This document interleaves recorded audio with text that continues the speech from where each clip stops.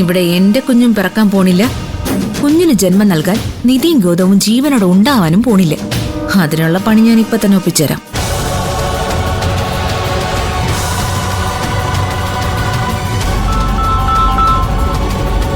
മോളെ പറ. അങ്ങളെ, ഒരര മണിക്കൂറിനുള്ളിൽ ഗൗതവും നിധിയും ഈശ്വരമംഗലത്തുനിന്ന് ഇറങ്ങും.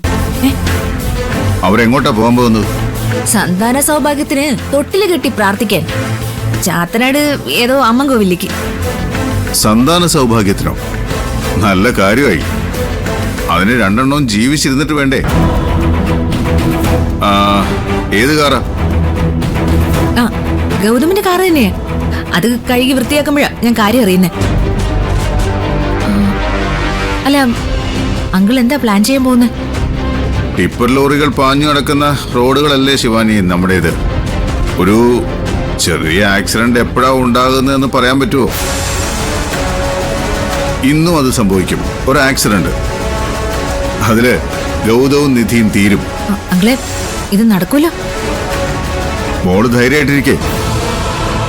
മിനിറ്റുകൾക്കുള്ളിൽ ഗൗതമിന്റെ കാറിനെ ഫോളോ ചെയ്ത് ആക്സിഡന്റ് ഉണ്ടാക്കാനുള്ള ലോറി ഈശ്വരമംഗലത്തിന് മുന്നിലെത്തും.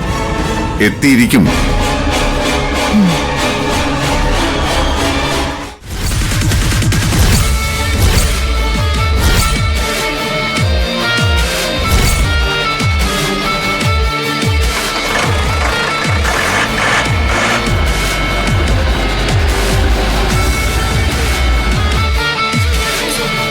രണ്ടിടത്തിനെ കാണുന്നില്ലല്ലോ.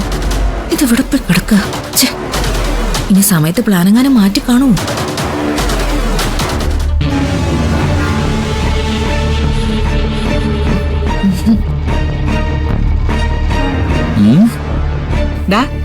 അമ്മ കാറ് തുടച്ചാൽ വൃത്തിയാവില്ല എന്നല്ലേ പറഞ്ഞു.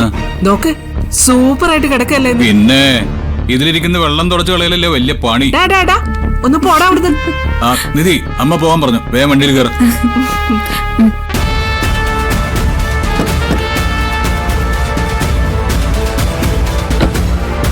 സത്യത്തിൽ അത് കാറല്ല ഗൗതം. ഇത് നിങ്ങൾക്ക് പരലോകത്തേക്ക് പോകാൻ ഒരുക്കിയിട്ടിരിക്കുന്ന രഥമാണ്. വേഗം ചെന്ന് കയറിക്ക.